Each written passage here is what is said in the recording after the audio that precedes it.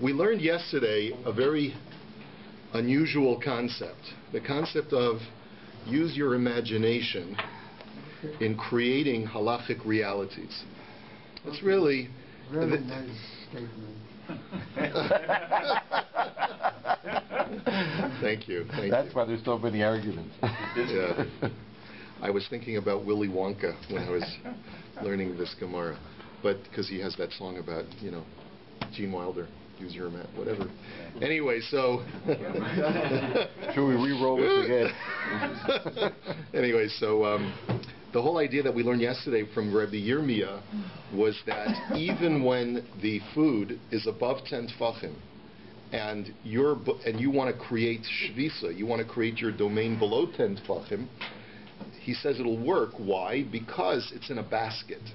A basket can be tilted downwards such that even without significantly removing the basket from its place, the food can be repositioned within your domain of Rishus Harabim, and therefore you and the food are in the same place in your imagination. So therefore, it's a valid eruv to be konesh visa. I think the general principle is that because we're dealing with rabbinic principles to begin with, the rabbis were very liberal in allowing us to imagine scenarios where the eruv will work. Okay, the principle is if you don't have access to the eruv, or if the eruv is the food is in one domain and your imagined domain is in another place, so then the eruv will not work. But there's leeway there. There's some latitude. If you can imagine the food easily being passed over to that other place where you want to be konesh visa, where you want to acquire domain, so then the eruv will work. So now the Gemara is going to challenge that. We're on the fourth line of Daf Lamed Daled Amud Aleph. Esvei. So let's look at the following brisa. Niskaven lishbos b'rishus harabim ve'hiniach eruvo b'kosel lamata me'asar tfachem eruva eruv lamala miyut tfachem ein eruvo eruv. So the first case of the brisa is where I want to create an eruv. I want to be konesh visa in an area that's a rishus harabim that's right nearby a wall. So the brisa says as follows: if you put the food in a cubby that's in the wall, if the cubby in the wall is lower than 10 tfachim, so the eruv is a valid eruv. And Rashi explains that area, that indentation in the wall, will either be a rishus harabim, in which case your space and the food are in exactly the same domain, both in rishus harabim, or even if you judge that space. Remember, I just want to remind you, someone could please open up Benny's Gemara in the morning. That would be very helpful for him. The other option is that even if that space is considered to be a carmelis, that is also not a problem. Let me just explain the reason why if it's a carmelis, it's not a problem. A carmelis, you're allowed to midioraisa transfer from a carmelis to a rishus harabim. Only midirabanan is it prohibited. And therefore, since remember, according to Rabbi, we say that all rabbinic prohibitions are suspended bein hashmashos when you want to be konesh visa. So therefore, it'll work even if the cubby hole is a carmelis and your domain is a rishus harabim. So in both cases, it'll be an eruv. If, however, the cubby hole is above 10 tfachim in the wall, then it has the status of a rishus hayachid, and therefore you are in rishus harabim. The food is in rishus hayachid. The eruv will not work. Next, niskavin lishbos barosh hashoivach o barosh hamigdal. Now, this case is the subject of controversy in Rashi, and I'm going to learn like the second explanation in Rashi, which Rashi says is the primary explanation. It's all the way down where Rashi says Lamed Aleph Shamati, or Lashon Acher Shamati, or Lo Shamati, is according to the Bach Ve'ikr. I didn't hear this interpretation, but I believe this to be the correct interpretation, says Rashi, which basically is like this. The structure that we're dealing with is as follows. You have a big cabinet. A cabinet is propped up against the wall in a public area, and you want to acquire domain on the top of the cabinet. Now, the top of the cabinet is going to be above 10 tfachim, so the place where you want to be konesh visa is now a rishus hayachid, because the cabinet is up high, it's above 10 tfachim, it's 4 by 4 tfachim wide.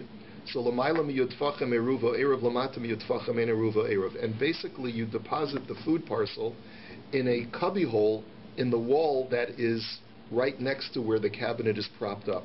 So just imagine you've got this big stone wall, you've got a cabinet propped up against it, and right next to where the cabinet is positioned, you've got a cubby hole in the wall.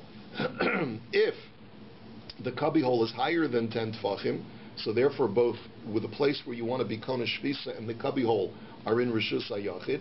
If, however, the cubby hole is positioned below the 10 tfachim mark, and Rashi explains it's exactly at 9 tfachim, which is considered to be a reshus harabim, because that's where people deposit their stuff. It's considered to be a public utility space. So then the Eruv is in a reshus harabim. Your place of shvisa is in a reshus hayachid. It won't work. The Eruv won't work. So now the Gemara says, Va'amai. But why should that be? If we can use our imagination to tilt and bend things over in order to be able to make the food and the person in the same domain, then why don't we say as follows? Why don't we say that you could always bend the cabinet over on its side? And therefore, the place where you want to be kona shvisa will now be below the 10 tfachim mark, if you tilt it on its side, and then the food and your place of shvisa will both be in a reshus harabim. So you see, it's the same principle as the use your imagination by tilting the basket. Use your imagination by tilting the cabinet to get it within the domain of where the food is resting. So the Gemara answers, Amar Reb Yirmiyah, Hacha b'migdal misumar askinan. Reb Yirmiyah says, no, it won't work. That thought experiment won't work, because we're dealing with a cabinet that's not just propped up against the wall, it's nailed to the wall. Somebody actually riveted it to the wall, so you can't imagine it being tilted because it's now attached to the wall, so therefore you won't be able to tilt it even in your mind. Imagine the nails come up. I mean, how far do they go? Well, you're not allowed to. You're not allowed to disassemble it on Shabbos. And you would need tools in order to do it, so therefore it won't work. Is it imagination? He has the potential and the ability to bend it over and therefore bring it below 10 tefachim. You have the physical ability to do so, but you have to use your imagination. It's a thought experiment, because spatially, bein hashmashos, where is the top of the cabinet? Bein hashmashos, the top of the cabinet, it is in a reshus hayachid, and bein hashmashos, in reality, the food is in a reshus harabim. So we're just saying, we imagine, since in theory it's possible to, you don't actually have to tilt the cabinet, but you're kind of shvisa because you use your imagination. That's what I'm calling use your imagination. It's because the Chacham, this whole device is rabbinic in the first place, so the Chachamim are liberal. So Rava says no. Afilu tema b'migdal she'enu misumar, v'hacha b'migdal aroch haskinan de'imamti le'purta azil chutz la'arba amos. So Rava gives a different answer. He says no. Even if the cabinet is not nailed or riveted to the wall, it's still not going to work. You know why? Because we're talking about a tall cabinet. Like in my bedroom, I have something called a high boy. You know what a high boy is? It's a piece of furniture that's very tall. So it's tall, and so anyway, if you tilt it over, what's going to happen is that the top of the cabinet, which is way above 10 tfachim, is going to swivel downwards to a place which is 4 amos away from the cubbyhole. In which case Rashi says they're both in reshus harabim, but they're more than 4 amos away from each other, so they're also not in the same domain. Yeah, because the height of the cabinet will go boop, right? So therefore, and then the other explanation Rashi gives an alternate explanation, because if there's problems with that the first explanation.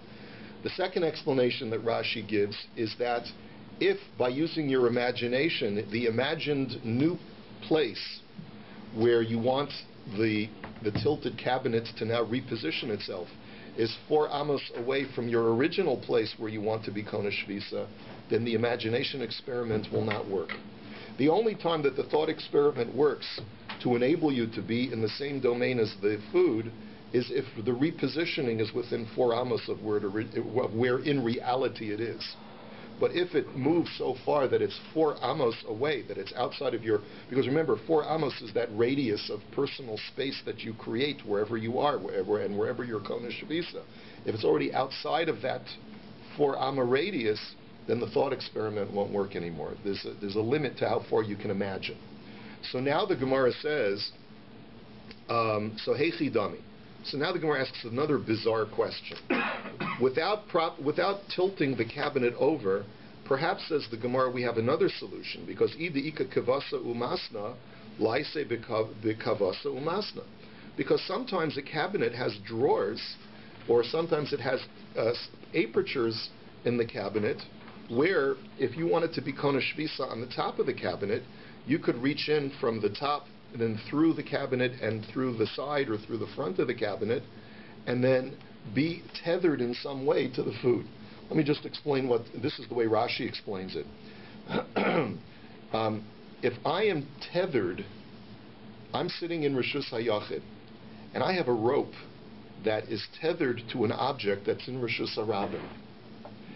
If that's the way it is at the inception of Shabbos, then midioraisa, biblically, if I pull the object towards me and I bring it into Rishus HaYachid, I have not done the malacha. Because since at the inception of Shabbos it's already tethered to me, who's in Rishus HaYachid, we view the object as already being associated in some way to Rishus HaYachid, and therefore I haven't done the transference on Shabbos. So the Gemara says, so there's another way to extend your imagination. Let's just imagine that there's a rope that goes out of the window and tethers itself to the food that's in the cubby. And in that way, even if the cubby hole is in a Rishus HaRabim and your place of domain is in a Rishus HaYachid, the rope that tethers your domain to the food will also make it a doable ERU, where both you and the food will be in the same domain. Answers the Gemara, the lesle kavasa umasna. The reality is that there is no window, there is no rope, and I believe what the Gemara is essentially saying is that we don't allow you to extend your imagination that far. We would allow you to extend your imagination if there was a rope and there was a hole that could actually extend out to the food and that the food was actually tethered, right? So then we would allow it. But if there's no rope and there's no aperture in the cabinet to put the rope through, so then we don't allow it. Now, everyone good? Let's go on. Okay. Imagine that, right? So we had the tethered with the window, bring it back in. What? Remember the window frame, and we had the tethered.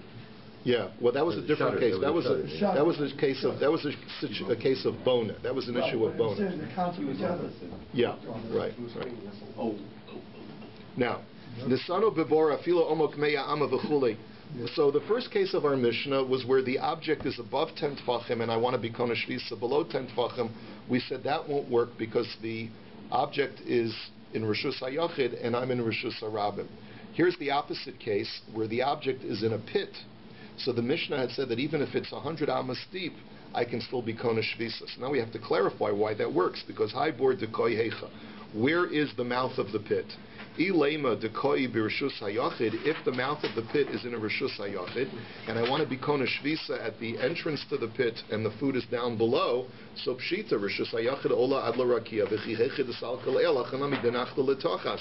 So the Gemara says, well, then obviously it'll work because a Rishus HaYachid domain goes up vertically, up and down, ad infinitum. So therefore, if the food is even 100 amas below me, as long as I'm directly above it at the entrance to the pit, and the top of the pit is a Rishus HaYachid, so then obviously it'll work. So that what's the chiddush? I don't understand the Gemara. That should be fairly obvious.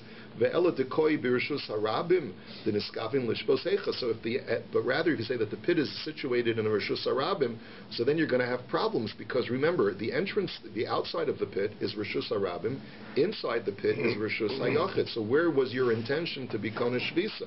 Ilamaila, then amai u'b'makom echad ve'eruv b'makom acheru. So then, if you want to be kona shvisa at the top of the pit, which is the Rishus HaRabim, so then why will it work? You're in one domain, you're in a Rishus HaRabim, and your food is in a Rishus HaYachid. Just like we said that it doesn't work when the food is above 10 tfachim, so too if it's below, inside a pit which is a Rishus HaYachid as well, it also shouldn't work. So ilamata pshita hu ve'eruv b'makom echad.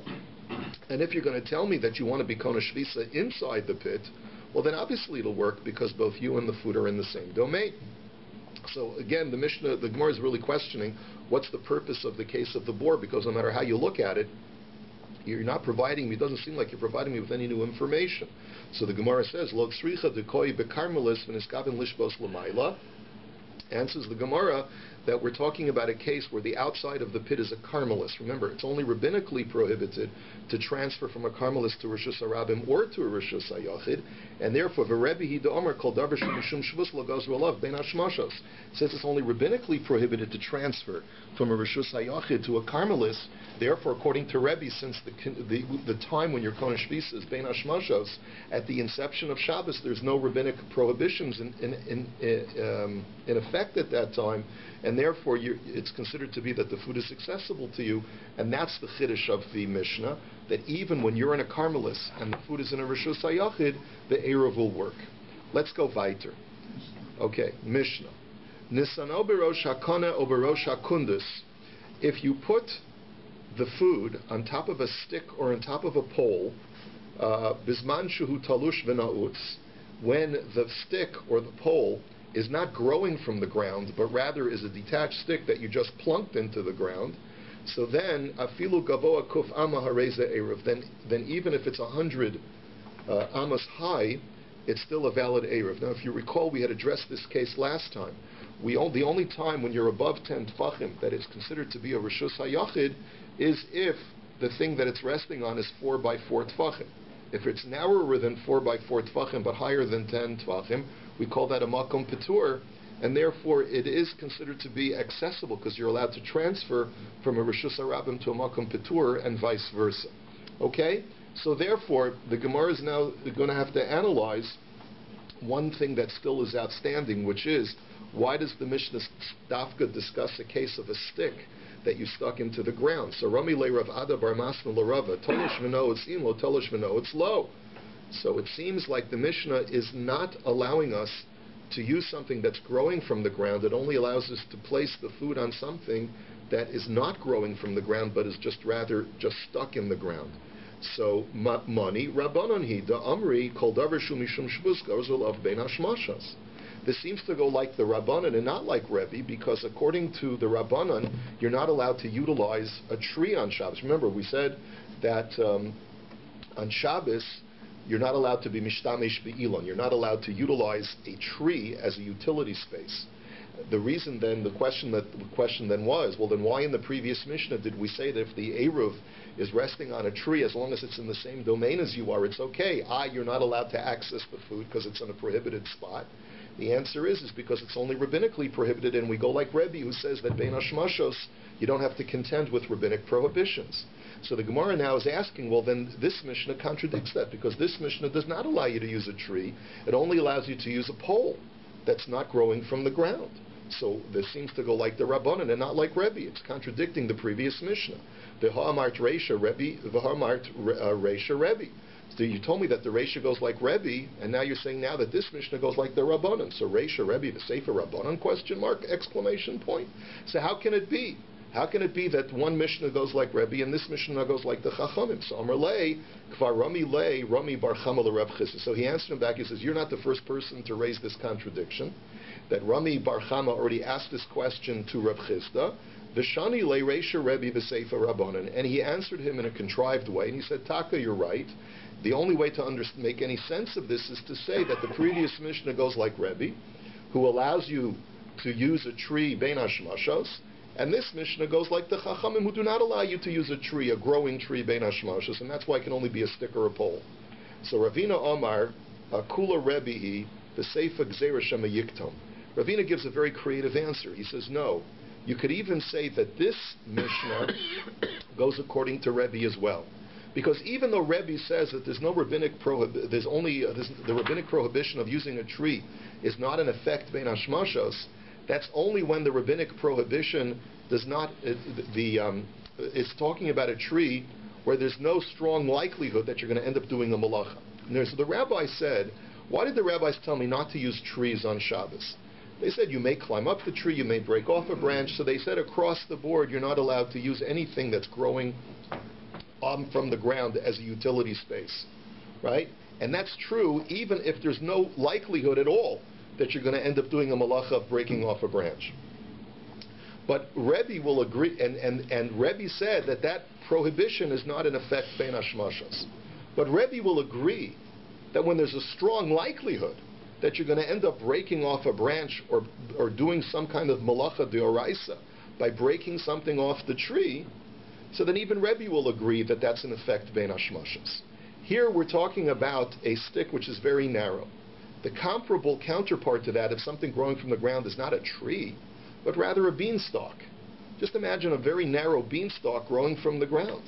If you put your food on top of that, and you were going to tell a person, okay, now access that food, because it's way up high, what's he going to do? He's going to bend it over, and there's a strong likelihood he's going to snap one of the vines or one of the branches of the beanstalk. And that, Rebbe would also agree, is going to be usher even bein hashmashos, to utilize that kind of surface where there's a likelihood that you're going to do a malacha. So now the Gemara follows up on that, and it says, Hahu pulmusa da asal nahar dar, amar lahu Rav Nachman puku avidu kavushe kavashe ba'agma ulamachar nezel v'nesa viluya. So there was once a situation where in the city of Nahar Da, where Rav Nachman was the Rebbe, he usually used to give shir in one of the homes of one of the Batei Medrash in Nahar Da. But that particular week, there was a platoon of soldiers that came through the city, and they were occupying all of the available space where Rav Nachman would normally give given shir. So before Shabbos, he told his students, go ahead and bend over the soft reeds that are in the swamp, and by bending them over, you'll clear a space for us to be able to sit out in the swamp, and we'll have shir in the swamp, and we'll sit down on top of the reeds, and that'll be a place where we'll be able to sit and learn Torah. So Eisvei Rami Bar Chamala Rav Nachman, Rami La Rav Ukva Bar Abba Rav Nachman, but one of the students challenged Rav Nachman and said as follows, Tolush v'no utzin lo, tolush v'lo no it's low. He says, we see from our Mishnah that you're not allowed to utilize something that's growing from the ground, even a soft thing that's growing from the ground like a beanstalk, right? And that, so how is it going to be permitted for us to sit down on these bent over reeds on Shabbos if we're utilizing things that are growing from the ground? We're going to use that as a utility space, and it should be aser. So Amar Lei Hasam Be'uzradin. So Rav Nachman answered the question. He said no. He said, in the case of the Mishnah where the rabbis do not permit you to use a beanstalk, it's not that soft. It's not like a tall piece of grass that's growing from the ground, but it's rather a stiff kind of stalk that's growing from the ground where there's a likelihood that if you bend it, you're going to actually break it. And that's why the rabbi said it's analogous enough to a tree to be subsumed under the prohibition of utilizing trees on Shabbos. But the rabbis did not prohibit us from using tall growing grass on Shabbos, because tall growing grass is soft, it's pliable, it's bendable, and is therefore not analogous to trees, and therefore was never prohibited by the sages to sit on or to step on or to utilize on Shabbos, as long as you don't pull it out. How do you know that there's a difference between a very stiff, hard stalk versus a tall blade of grass? The Tanya, because I'll prove it to you. And there's a brisa that says like this, Hacohen v'ha'atadin v'ha'hegen min ilon hein. One brisa says that reeds and these different kinds of bushes are considered to be trees vis-a-vis the halacha of kilayim. Because we know that a vineyard is not allowed to grow in Eretz Yisrael in proximity to certain herbs and vegetables. But there's no problem of kilayim, of proximal growth, if it's next to a tree. So vis-a-vis the laws of kilayim, these things are considered trees, and they can be planted right up near to a vineyard. Ve'enon kilayim bekerem. The Tanya Idach, now we have another brisa that says, Hakanim ve'hakidon ve'ha'urbanin min yerikain ve'hen kilayim bekerem. It says another brisa that says reeds, and these other things which are called, one's called rue and one's a type of thistle. These are herbs. These are things that are vegetation that grow from the ground, and therefore they do pose a problem of kilayim bekerem. So kasha ahadadi, what are you going to do with the kasha? One brisa says that a reed is considered to be a tree. Another one says that a reed is considered to be an herb or a vegetation. So how do you reconcile that? Elishmamina kan be'uzradin kan b'shein uzradin shmamina. The answer is that there's two different kinds of reeds. There's stiff reeds like a bamboo that grows from the ground. That has the status of a tree.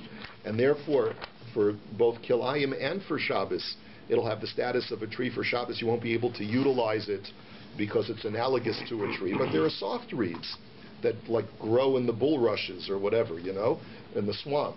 And those are types of reeds that are very soft and pliable, and therefore they're more like grass, and they're an herb, and there's no prohibition of utilizing them on Shabbos. So now the Gemara asks another question.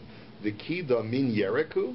This is just really a side question, because the second brisa had said that this thing called kida, which is identified by the Torah, I forget what it actually translates as, but I think I gave a drasha on it once. A kida is one of the ingredients of the ketoris, if I'm not... You call it cassia.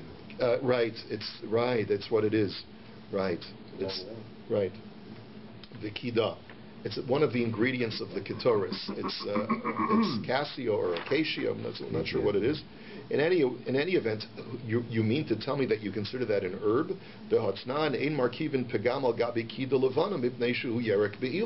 There's another Mishnah that says that there's a prohibition of grafting herbs onto trees. And one example that is given is an herb called pigam, which is grafted onto a tree which is called kida levana, white kida. So you see that kida is a tree, it's not an herb. So the Gemara says, Amar Rav Papa, Kida Lechud, the Kida Levana Lechud. No, there's two different species. One is Kida, the cassia, and one is white Kida, which is a totally different species, which has the status of a tree. So regular Kida is an herb, Kida Levana is a tree. Let's go on to the next Mishnah. Nisano b'migdal, ve'avad ha'mafteach hareze eruv. If you had placed the food in a cabinet, the same kind of cabinet that we discussed before, but this cabinet you can lock and it has a key. Let's say you put the food in the cabinet, you locked it up, and then you lost the key. So is it a valid eruv if bein hashmashos it's inaccessible? The Mishnah says yes, it is. We have to understand why that should be, because normally we said if the food is not accessible to me, then it's not a valid eruv. We'll have to explain why. Rabbi Eliezer Omer, im eno yodeya shahmaftech b'makomo eno eruv. Rabbi Eliezer says if you don't know that the key is secured in its spot, then it's not called an eruv. So we have to explain what the machlokus is. The Gemara now says, Va'amai, hu b'makom echad ve'eruv b'makom acherhu. I don't understand why it should be a valid eruv according to the Chachamim. You're in one place, the eruv is in another place, you can't access it, so why should that be a valid eruv? Rav Shmuel da'amri to Ravayu hacha b'migdal shel levani maskinan v'Rav Meir vi.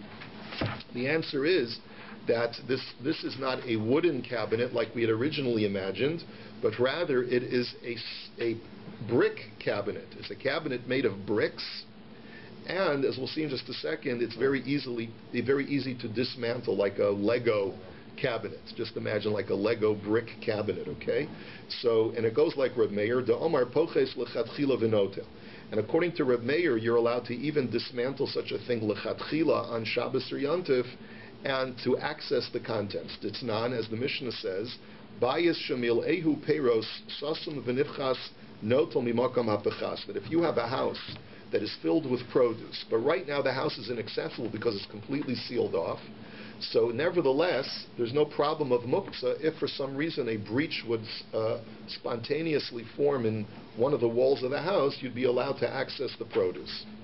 Now, why that is and why there's no problem of muktzah is beyond the scope of our discussion right now, but the point is, look at Rabbi Meir's shita. Rabbi Meir Omer, poches v'nota lechatchila. Rabbi Meir says you could even breach the wall lechatchila on Shabbos or Yontif to access the produce. Now, why should that be? I mean, after all, you're not allowed to be soser or bona on Shabbos. You can't build or raise, R-A-Z-E, on Shabbos or Yontif. So why should that be permitted? So the Gemara is going to have to explain that. So first the Gemara asks the question, V'ha'amar Rav Nachman bar Ada Amar Shmuel ba'avira delivni. But wait a minute. Rav Nachman bar Ada said in the name of Shmuel that we're not talking about a regular brick house where the bricks are cemented to each other. That would never be permitted to demolish, according to Rav Meir. He's talking about a brick house where the bricks are not cemented, but rather just piled on top of each other. That's why I said it's like Lego, or like Lincoln logs, right? For us old-fashioned guys. So the Gemara says, so you have to say that our case too with the cabinet of our Mishnah, which is locked, it is locked, but you could dismantle it because you could pull apart the Lincoln logs in order to be able to access it without a lock. And that's why it's the Eruv is kosher.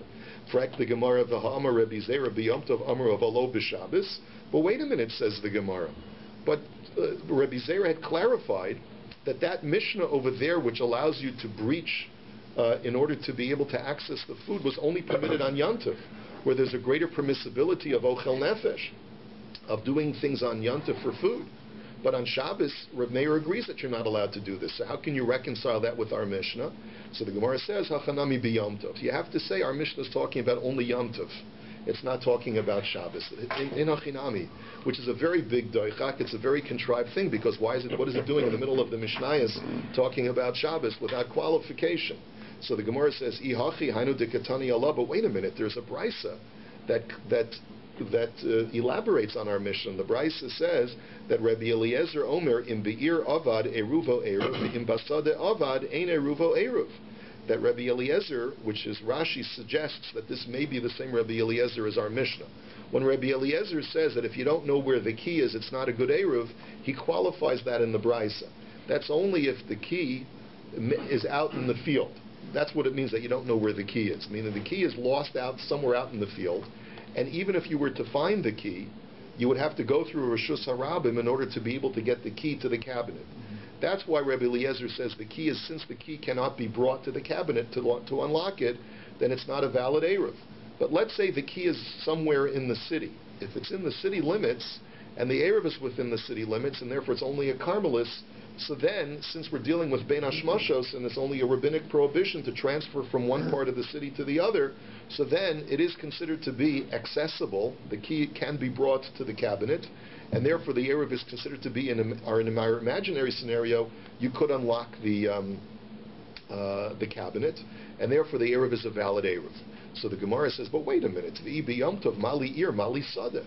And if you're talking about Yontif, when you're allowed to carry outside, so then what difference should it make whether we're dealing with a field or whether we're dealing with the city limits? Because in any event, you're allowed to carry, even if it's in a Rishus Harabim on Yontif. So what difference should it make? And this Brisa doesn't make sense according to what you're telling me, that our Mishnah is only talking about Yontif. It's not talking about Shabbos. So the Gemara answer is Chisuri Mechzer of Ahachi Ketani. You have to say that there's a portion of our Mishnah missing, and it has to be reread as follows. And we'll reread the Mishnah, Mir Tzashem, tomorrow. Okay, have a wonderful day. A good Chodesh.